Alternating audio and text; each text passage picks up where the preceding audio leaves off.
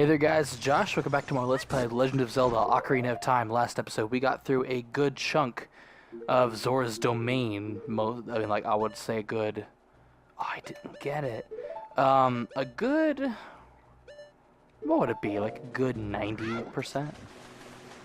So you notice this door right here... Whoa. This door right here is locked, technically speaking. And Navi's like, bruh, it's locked. You gotta shoot the little, like... I was going to call it a dangalang, but that would come off really wrong. So it's not a uvula, it's just a droopy thing. It's even worse. I don't know what to call it.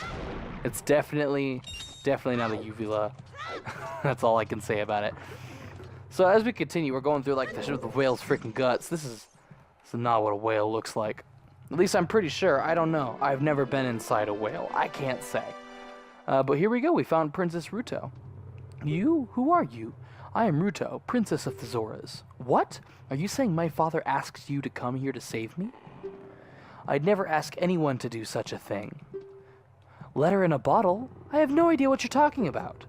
My father is worried about me. I don't care. Anyway, I can't go home right now. And you, get out of here. Understand?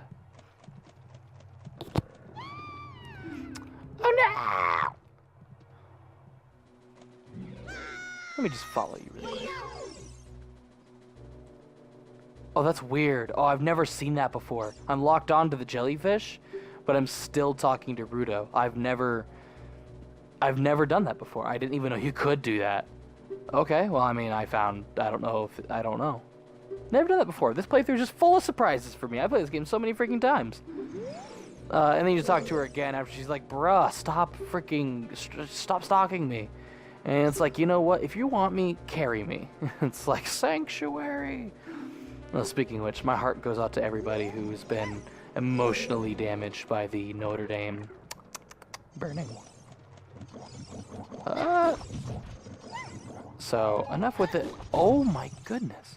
Enough with the small talk. We're going to continue through the whale, but we have to carry the princess on our head. So we got a mini escort mission, but it's not as bad. Because you only really carry her for a couple of minutes. And even so, there's never really an area where it's like, oh, I gotta fight these waves of enemies while no one attacks her. It's like she's there. Oh, sweet. Alright, usually it takes 2 cycles. I try my best to get 1. Alright, let's see if I can do this really quick. Oh, no, I'm not gonna. Alright. You can actually... You can throw her. And they actually damage enemies, believe it or not. But the Deku Nuts instantly kill. Oh! I was walking by, and I'm like, you know what? Let me just throw her. And if it happens, it happens. If it doesn't, it doesn't. But I didn't think you could do it. It's a little blocked here, but an Octorok is right here. These are what you call Octoroks. You just basically want to, shield deflect its thing. It's rock. And it'll hit it and kill it. You can't get too close and slash it with your sword. It'll go back underwater before you have the chance to do anything. So now, after this has been risen up, you were back, as long as it gets there, in the same room you were in originally before you saw Ruto. Okay, she's like screaming as if I fell. But you want to stand to the side right here. As you can tell, there's some slowdown. Oh, is it? Oh, okay. I thought it was there too. You want to stand on the side right here because of this freaking thing. This I never... Okay, I guess I can't talk to Navi. There we go. A berry. If you touch it, you will be electrocuted. Well, thank you. And we just go through this area. If you went through here... Well, I mean, you could have and not followed her, but... You want to go this way first. You may think to go left, but you want to go right, actually. If you try to step on the switch, it'll tell you saying like, hey, you can't step on it using your own weight. Why don't you try something else? And so I have mine and Ruto's weight. And so it's enough to split down the switch. That's why when you heard it, it was like, don't. Because one for me, one for Ruto. So here's the thing. We got another set of these guys right here. These are, what are they? Stingers.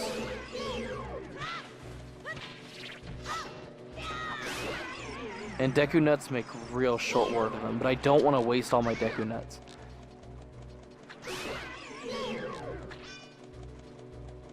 There we go. And I'm just trying. It's like there's not too much to it. Just shoot the stingrays, and you know, out will come a treasure chest.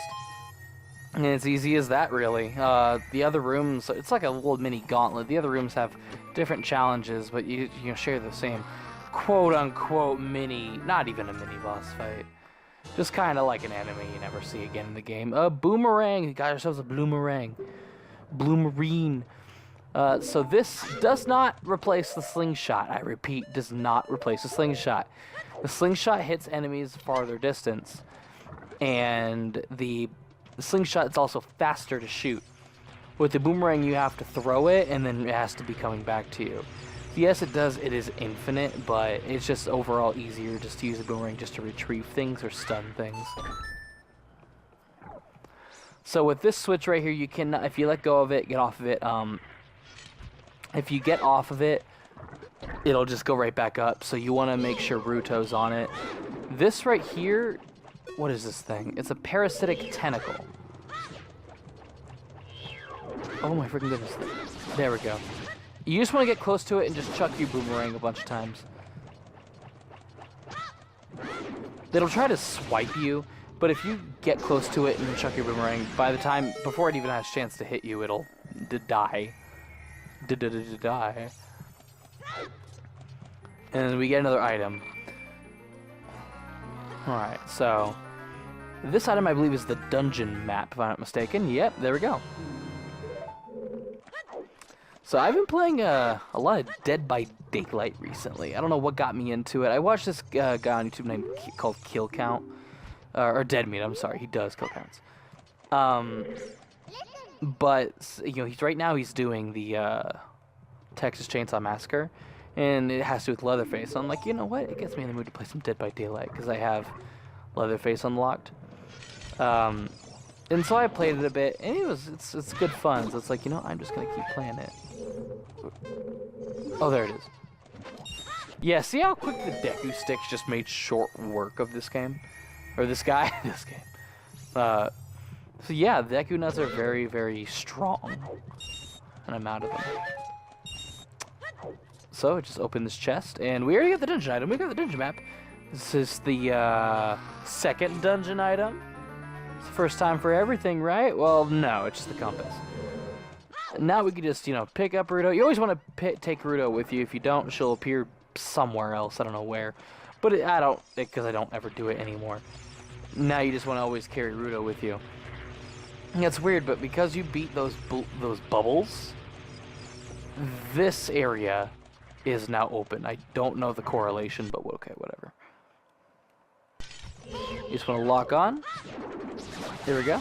And just keep chucking that boomerang. You always want to get close to it, because if you get too far away, it'll be like, I'm kind of scared. And now that that's destroyed, no treasure chest is going to appear, but now we're done with this room. See, the dungeon is already almost halfway over. It's a very short dungeon, but it's also, it's kind of confusing compared to the other two dungeons. The two dungeons were kind of just straightforward. This one kind of makes you think.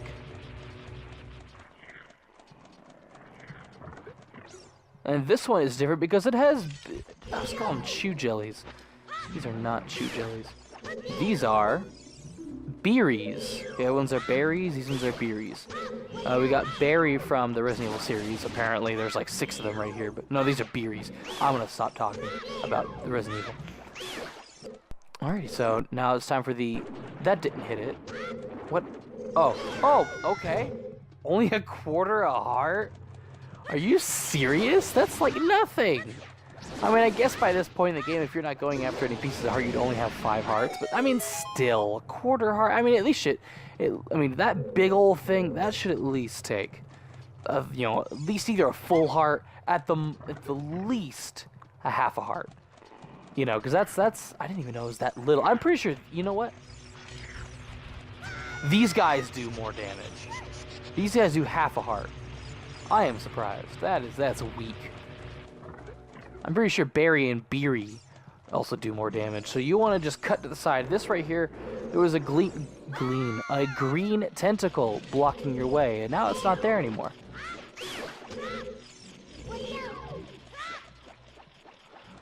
Alright, either way. So this is what I mean by the slingshot just being overall better, because you can shoot the gold Skulltulas, and now you can use your boomerang to get them. And now you see a lot of gold Skulltulas in the area of Hyrule are now considerably open to us. But if you use the boomerang, you'd have to shoot it, wait for it to come back, and then shoot it, and wait for it to come back, and then shoot again to grab the thing. Look, the Zora Sapphire. Told you the dungeon was about halfway over.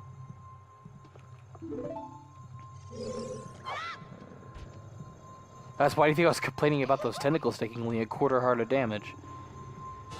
You got the dungeon item so early on in the dungeon. There you go. But why Princess Ruto? It's like, why not? It is hers, after all. Oh my goodness, I finally found my mother's stone. I got very upset when Lord Jabu Jabu swallowed it. While I was feeding him, he suddenly swallowed me. I was so surprised I dropped it inside. But now that I found it, I don't need to be in here anymore. So take me home right now. It's like, alright, whatever, chick. You know, it's like, well, I mean... Oh my gosh, you can. Kind of figured. Oh no, come on, an octopus? Inside Jabu Jabu. I mean, do whales? I don't think whales eat octopuses in any sort of form. That is not an octopus. Big oh my goodness. So this is actually what you want to do, believe it or not. You want to get hit, because if you don't, you have to like run around and like stun them with your boomerang to try to be able to hit them right back here. Now here's the quick tip: get hit. It only takes half a heart of damage. Stun him, jump slash with the stick, instant kill. Easy peasy. It's supposed to take 4 regular sword slashes, but that's just an overall quicker method. That's supposed to be the mini boss, and I guess he is hard if you don't want to take damage, but I don't care.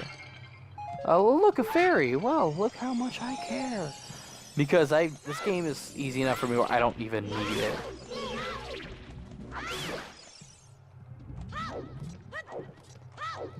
And so this is a room with tongues. These aren't, I don't even know what these things are.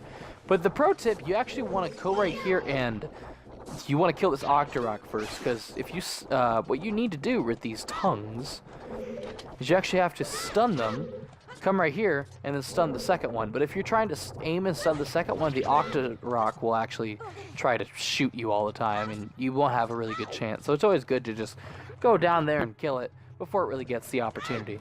Now, right now, we're going to perform some, we're going to mutinize a freaking whale. There we go. We just tore its flesh down. But as you can, oh, I keep saying, so freaking often. You want to grab one of these boxes and basically just, there you go. Now, as soon as you get off of it, it'll just pop right back up because you need weight on it constantly. However, if you just get that box, easy peasy. Now, as a kid, as I was telling my story very beginning of this game, I think I would come back to this story. I used to play this game all the time growing up. I used to play on my aunt's file, and then I got my own file eventually. I think my mom bought me a cartridge or an N64, or I don't know, something. However, what happened was I was able to play it, not by myself, I had help with my aunt, of course. So what happened was, eventually, I think I got past the Great Deku Tree, and just kind of did my own thing. And it was a lot of fun. I eventually learned how to get through the Donko's Cavern and all that. She would read to me, and then I would try to figure out what to do. So what happened was, I would always get to Jabu Jabu's belly, but I could never figure out, like, the tentacle thing. I never thought about dropping down to talk to her. I couldn't figure it out. I saw the door that I had to go through, but I could not figure out how to get to it. And I couldn't figure out how to beat this dungeon until, I want to say I was, like, 10? Mainly because I also just kind of stopped playing, because afterwards it's like, if you don't know how to beat dungeon, why try and keep doing it for years? And eventually I was playing, Wind Waker, and I got other games as well. And I eventually found this website called Zelda Dungeon. Oh, by the way, this is the boss of the Dungeon Baronade. I'll get back to my story later. And what you need to do is actually, you have to remove him from the wall. You want to take the Deku Nuts, and look how freaking strong these things are. They insta-kill these freaking things.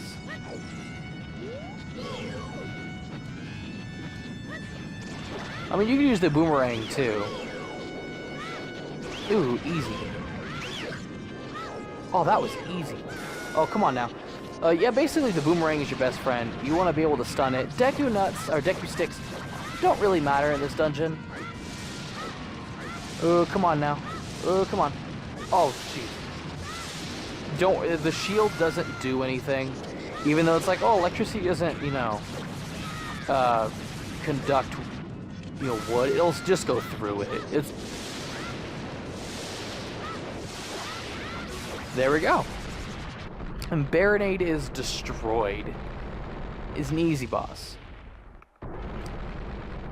This thing was causing Jabu Jabu a lot of trouble. Causing all those electric jellyfish just to pop up. And look at all these guts and blood. But it's fish guts, so it's fun.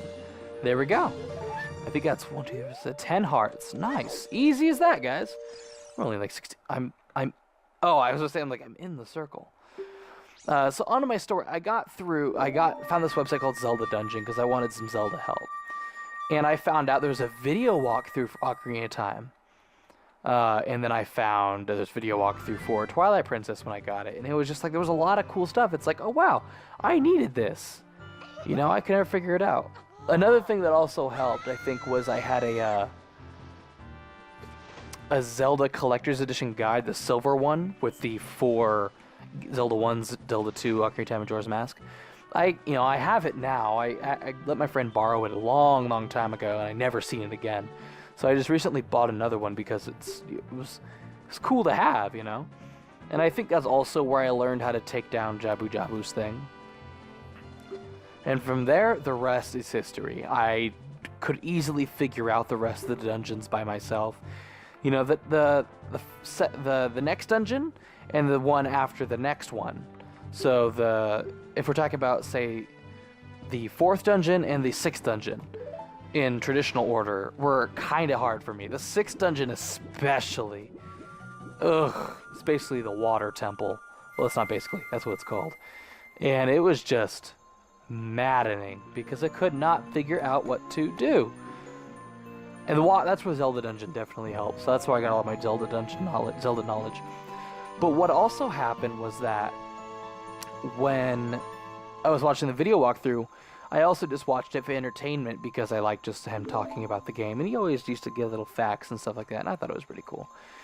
But I took a notepad and paper, and I just wrote down word for word, basically instructions, detailed instructions. Like if I told a blind person what to do, just by what I wrote down, he could 100% this game easy. And that's what I did. I wrote down the instructions, like enough to where it was like, all right, you'll spawn in, you're going to want to turn left, go on land, and play the sun song, you know. And then when it'll be nighttime, you're going to turn left, go back on. There is a tree trunk a little bit to your right. You want to step on it, and then, you know, there'll be a gold scutula. And I'll write down the number so I don't get lost, and this is how many I should have at this point in case I missed something. But that's how I did it, and I 100%ed it with the video, 100%ed it with my notes, and then I 100%ed it by memory like twice. And the third time, I just 100%ed it on the 3DS version. I just beat it a couple of days ago, 100% from memory, and it's kind of sad. It's really sad that my precious gray matter is taken up by 100%ing this game.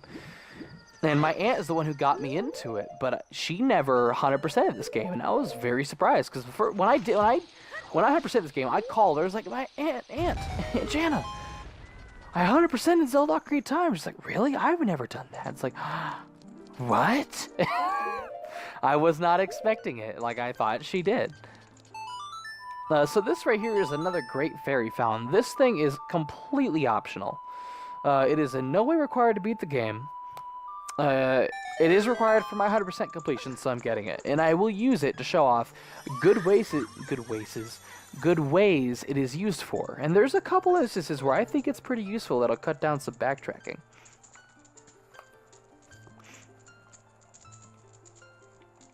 Welcome, Josh. I am the Great Fairy of Magic. I will give you a magic spell. Please take it.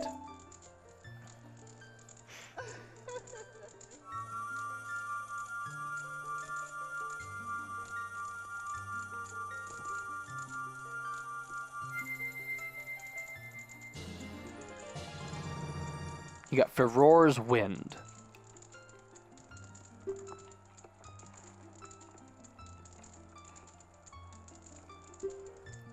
So what Feror's Wind does is you can create a warp point in a dungeon or anywhere with a dungeon map. It doesn't have to be a dungeon, which is basically a base of the dungeon.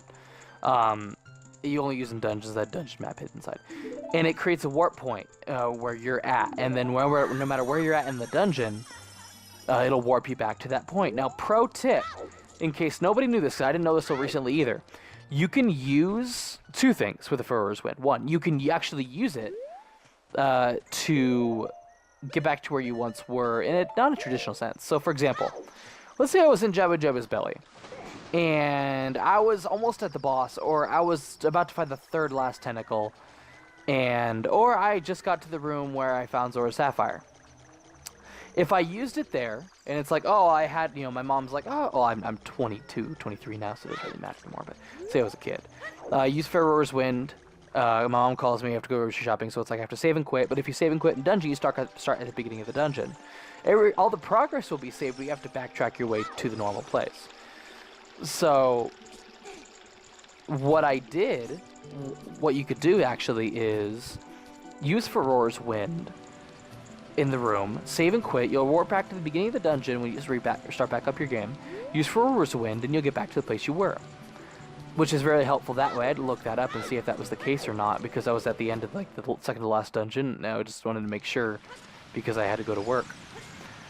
And another thing is that if you actually use Feror's Wind in a dungeon, leave, go to a different dungeon, you'll warp back to that dungeon for whatever reason.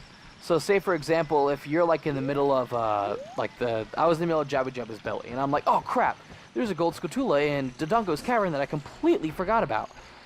I'll use Feror's Wind, go to Dodongo's cavern really quick, get the gold scutula in Dodongo's cavern, and then warp back to Jabba Jabba's belly. There's a bunch of different instances. Those two I won't, some of the uses I won't use, some I will. I think I already did all the songs, yeah. And so, either way, that's going to be it for this part, guys. Jeez, this is also a freaking beat for 23 minutes, my goodness. Thank you all for watching. We got a lot of stuff done. We got Feror's Wind, a new magic spell, and beat the third dungeon. And we also got the second magic spell. There are 3 magic spells in this game. Third one we're not going to get until close to endgame, no joke. So either way, thank you guys for watching. My name is Josh, and you guys have yourself a fantastic night. And goodbye.